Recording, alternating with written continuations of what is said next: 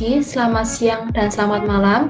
Kami dari kelompok 7 yang terdiri dari Francisca Melin Kurniasari, NIM 18 1324013.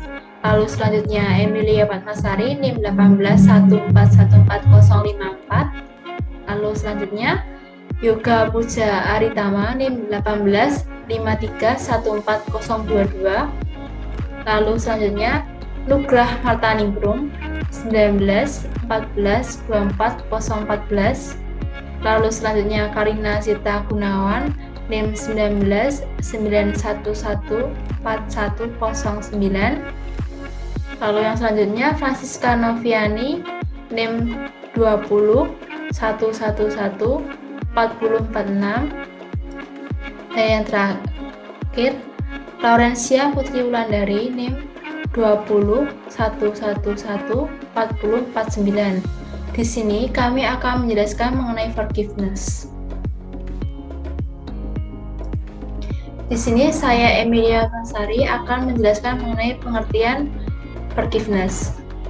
Forgiveness sendiri dapat dipahami sebagai perubahan prososial atau perilaku yang menampilkan sikap positif terhadap orang lain, seperti menolong, bekerja sama, dan lain-lain, dalam emosi, pikiran, atau perilaku korban terhadap pelanggar. Namun, bisa juga seseorang yang forgiveness terhadap orang lain yang telah melukai dirinya dapat menjadi lebih positif seiring berjalannya waktu.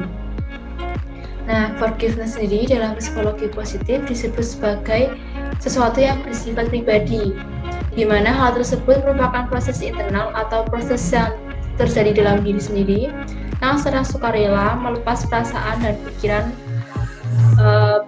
akan kebencian, kesedihan, kemarahan, serta keinginan balas dendam terhadap seseorang yang telah menganiaya kita atau diri sendiri. Nah, forgiveness dalam unit sosial dibagi menjadi dua.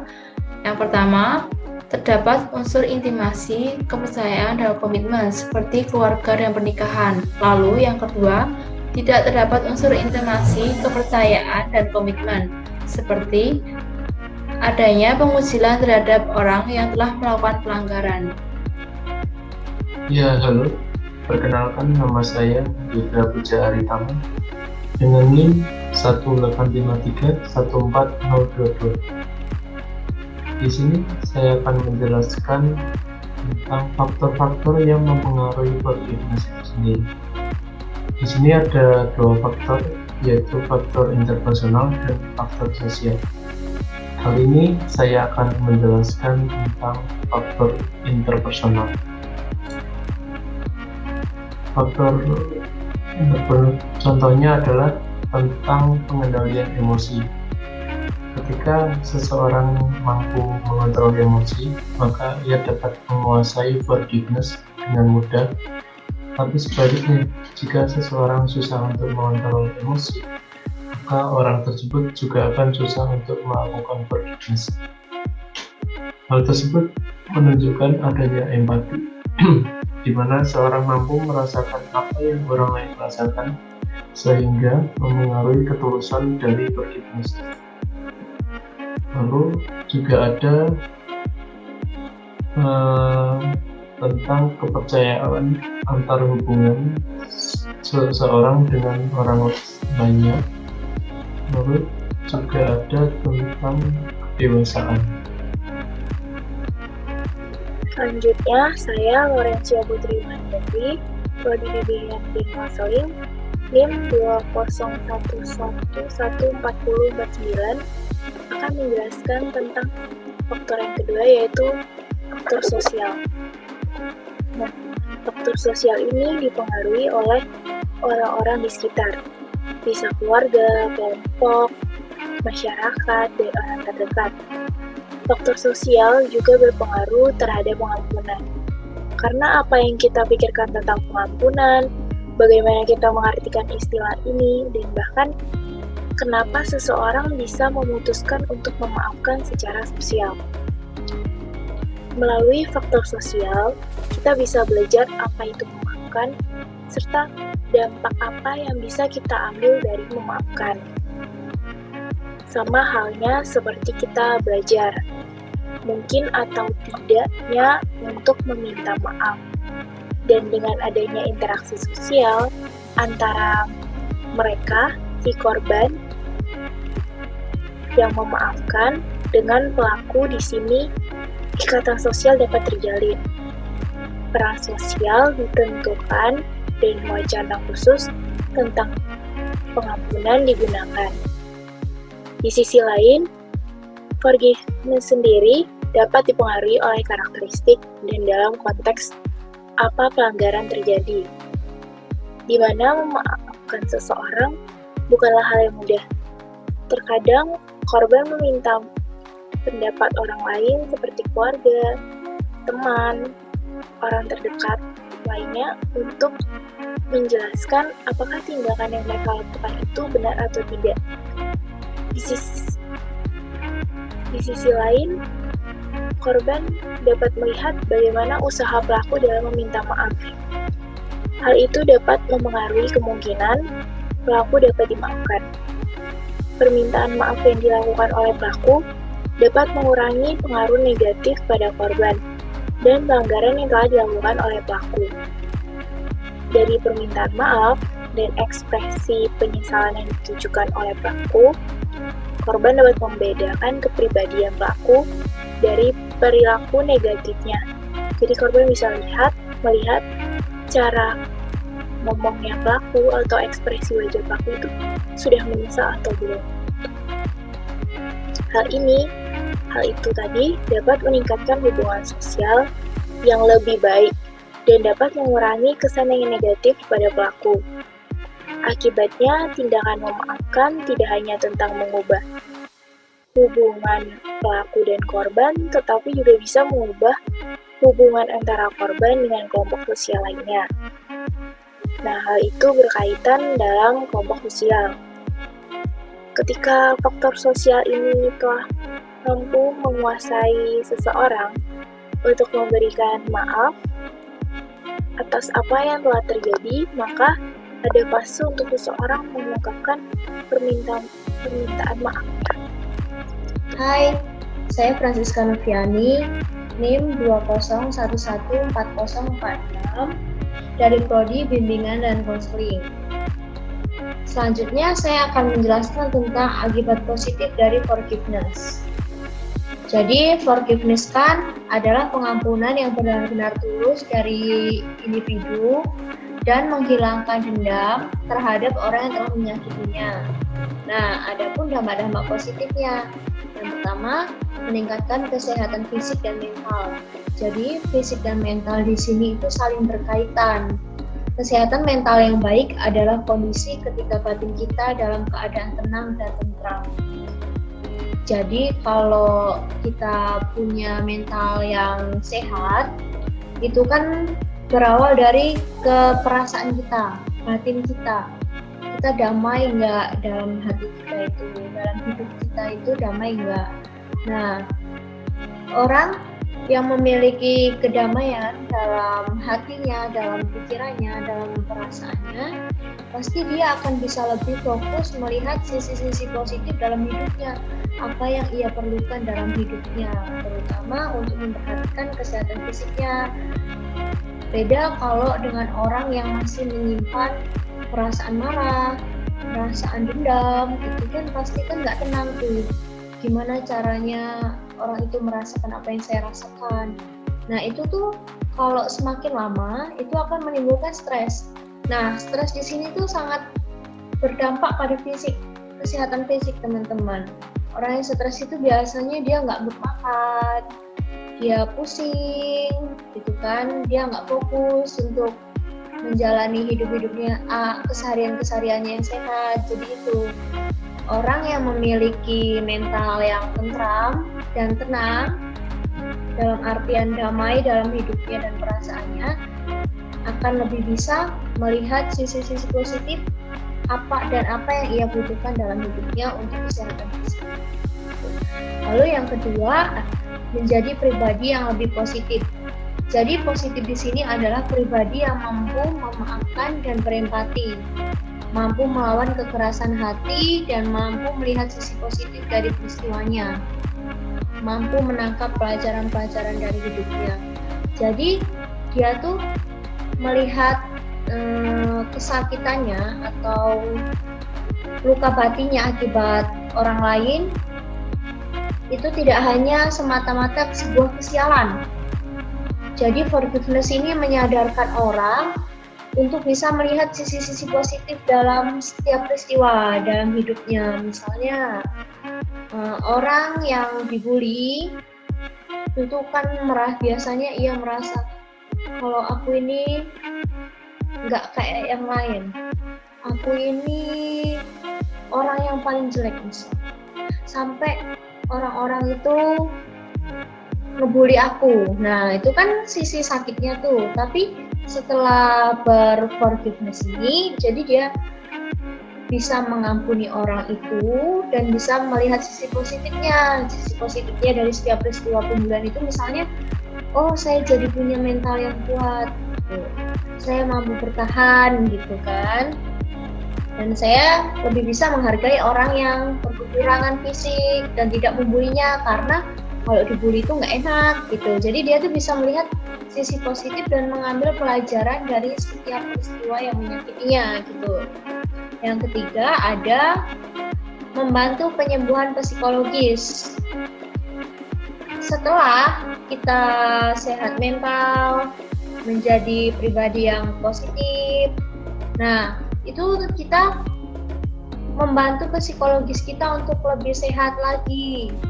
Psikologis ini adalah mental, pikiran, dan perilaku manusia. Gangguan psikis di sini tuh bisa depresi dan cemas. Setelah kita berforgiveness itu perlahan depresi, cemas itu tuh akan hilang karena kita sudah memunculkan sisi-sisi positif. Kita sudah menumbuhkan itu tadi kesehatan mental kita, melihat sisi-sisi positif, berdamai dengan perasaan gitu kan. Nah itu otomatis akan mendorong kita berpikir dan berperilaku juga ke arah yang lebih sehat. Dan yang terakhir, menerima dan berdamai dengan masa lalu. Jadi berdamai, semua peristiwa atau kesalahanmu adalah pelajaran. Tidak menjadikan masa lalu sebagai beban pikiran. Nih, jadi tuh kita tuh kalau misalnya ingat masa lalu yang menyakitkan kita itu, ya udah, emang seperti itu. Sekarang saya harus fokus apa yang menjadi tujuan saya gitu. Jadi kan kembali lagi ke masalah pembulian tadi. Misalnya kalau belum bisa berdamai dengan masa lalu, kalau saat ini ada yang mengungkit, kamu dulu sering dibully waktu SMA gitu kan. Jadi kita tuh udah ingat lagi, terus jadi down lagi. Nah itu tandanya kita belum berdamai dengan masa lalu. Nah berdamai dengan masa lalu yang di sini artinya itu kalau kita ingat-ingat masa lalu yang menyakitkan kita, ya udah nggak apa-apa saya dulu dibully, tapi kan saya bisa sampai saat ini dan tidak ada lagi orang membuli saya gitu. Jadi kita tuh bisa menangkap sisi positif dan menerima masa lalu tanpa rasa malu.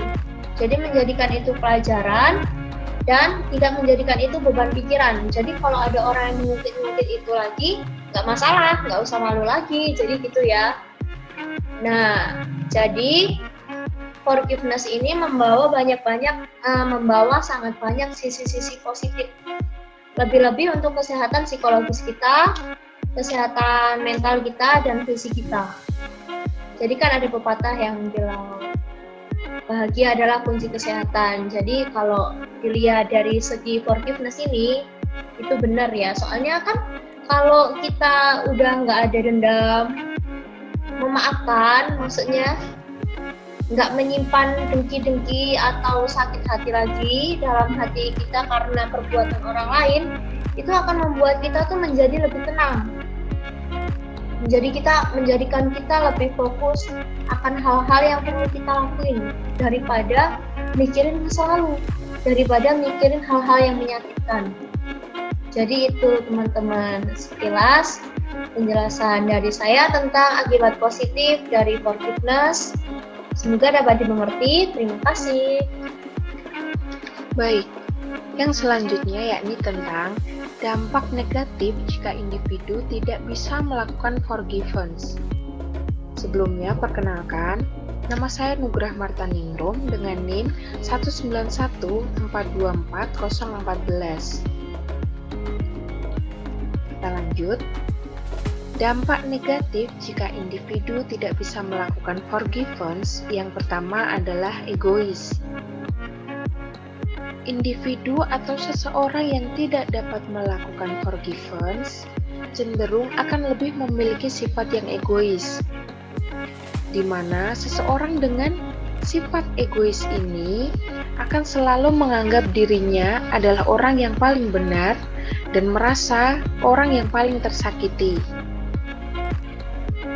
Dampak yang selanjutnya yakni batin menjadi tidak tenang. Hal ini karena seseorang yang tidak dapat melakukan forgiveness cenderung akan selalu memikirkan bagaimana cara untuk balas dendam. Dan ketika batin seseorang ini sudah tidak tenang, hal tersebut juga akan berpengaruh terhadap kesehatan fisik dan kesehatan mental. Bahkan, individu tersebut akan sulit mempertahankan kesehatan mentalnya di hari tuanya nanti. Lalu dampak selanjutnya yakni rentang terhadap gangguan psikologis. Seseorang yang tidak dapat melakukan forgiveness cenderung akan selalu merasakan suasana hati yang tidak tenang. Perilaku yang terganggu seperti suka menyendiri dan juga mempengaruhi pikiran dan juga perasaan orang tersebut. Ketika pikiran dan perasaan orang tersebut sudah terganggu, biasanya orang tersebut akan lebih cenderung menjadi orang yang pemarah dan juga tidak peduli terhadap lingkungan sekitarnya. Selanjutnya, saya akan menjelaskan terkait dengan bentuk-bentuk forgiveness. Sebelumnya, saya akan memperkenalkan diri saya terlebih dahulu. Nama saya Karina Sita Gunawan, NIM 199114109, Prodi Psikologi. Bentuk forgiveness yang pertama adalah decisional forgiveness. Decisional forgiveness adalah niat seseorang untuk berusaha kembali berperilaku kepada orang yang bersalah padanya seperti sedia kala sebelum orang tersebut berbuat salah. Nah, decisional forgiveness ini didasari pada logika rasional atau kemauan seseorang. Biasanya, kita memutuskan untuk memaafkan orang tersebut dikarenakan niat kita untuk mengendalikan perilaku yang bertentangan dengan keinginan kita. Misalnya, kita memutuskan untuk memaafkan orang tersebut dikarenakan kita lelah untuk menghindari orang tersebut. Di sini, dapat kita lihat bahwa orang dapat memaafkan orang lain meskipun di dalam hatinya ia belum ingin memaafkan orang tersebut. Namun, orang yang melakukan decisional forgiveness biasanya emosi negatif mereka akan berubah menjadi lebih positif, sehingga orang tersebut dapat melakukan emotional forgiveness. Oleh karena itu, dapat disimpulkan bahwa decisional forgiveness akan mengarahkan seseorang pada emotional forgiveness secara perlahan. Selanjutnya, kita akan membahas emotional forgiveness. Emotional forgiveness adalah pengampunan yang dilakukan seseorang yang berakar dari emosinya. Hal ini dilakukan dengan cara kita melawan emosi negatif yang ada di dalam diri kita. Nah, emosi negatif tersebut dapat berupa rasa benci, permusuhan, dan lain sebagainya. Emosi negatif tersebut dilawan dengan cara mengarahkan emosi kita menjadi lebih positif. Dengan hal tersebut, maka akan menghasilkan netralisasi atau bahkan menggantikan emosi negatif kita dengan emosi positif.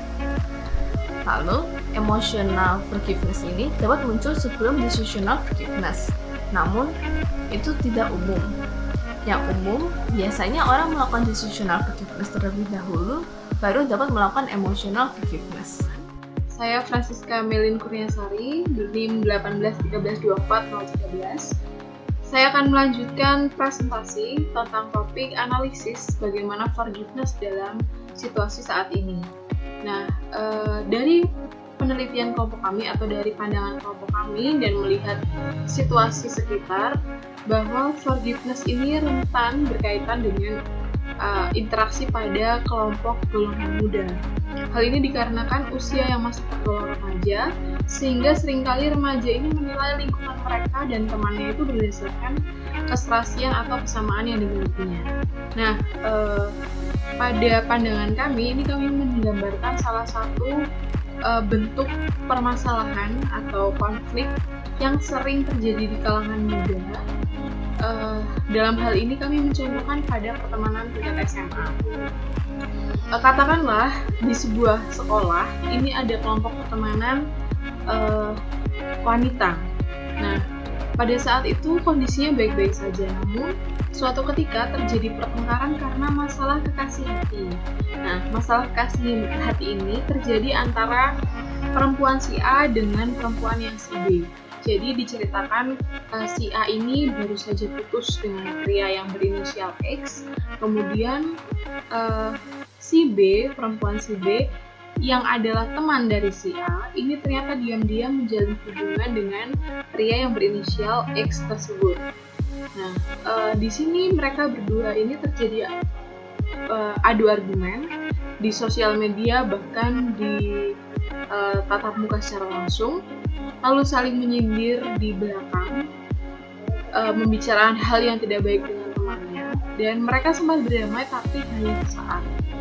Nah, permasalahan forgiveness ini sangat rendah dalam hal bahwa mereka berdamai hanya sesaat.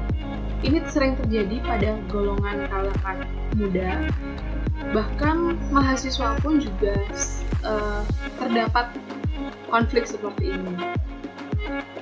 Tapi di sisi lain, kita ketika melihat di kalangan tua, ini kita bisa saksikan bahwa sekarang di Indonesia kita bisa melihat ada beberapa kasus antara anak dan orang tua, di mana anak sangat emosi terhadap orang tuanya, yang sometimes terkadang memenjarakan orang tua karena mungkin orang tua tidak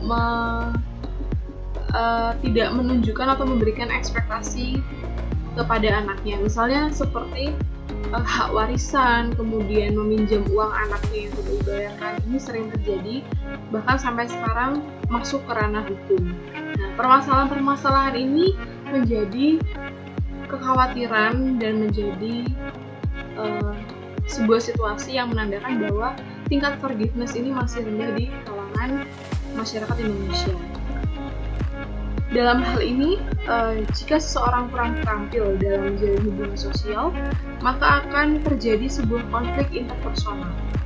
Nah, kita bisa lihat bahwa peristiwa di atas tadi, ini salah satu contoh peristiwa yang memprihatinkan dalam masyarakat, yakni berdamai yang tidak sungguh dengan hati yang paling dalam artian belum bisa memiliki forgiveness secara utuh. Nah, karena kurang terampilnya ini yang memunculkan konflik interpersonal seperti trauma, marah, benci, kecewa, dendam, cemas, dan lain-lain. Kemudian ketika dibiarkan begitu saja oleh seseorang, maka akan menimbulkan emosi yang negatif atau reaksi yang negatif, sehingga menambahkan luka dalam diri seseorang dan mempengaruhi perilaku seseorang. Nah, hal lain adalah adanya pengaruh sosial media yang semakin canggih di zaman ini, yang menimbulkan banyak kesalahpahaman akibat kurangnya berpikir secara rasional dalam diri seseorang, sehingga menjebak seseorang sendiri untuk sulit memaafkan akibat terpaku pada pemikirannya sendiri bahwa menganggap dirinya benar. Maka ketika melihat situasi tingkat forgiveness seperti ini, ada salah satu kunci yang teman-teman kelompok sarankan bahwa tingkat rendah hati itu sangat mempengaruhi forgiveness. Semakin naik atau semakin tinggi tingkat rendah hati seseorang, maka proses pemaafannya juga semakin baik. Begitu presentasi dari kami. Terima kasih.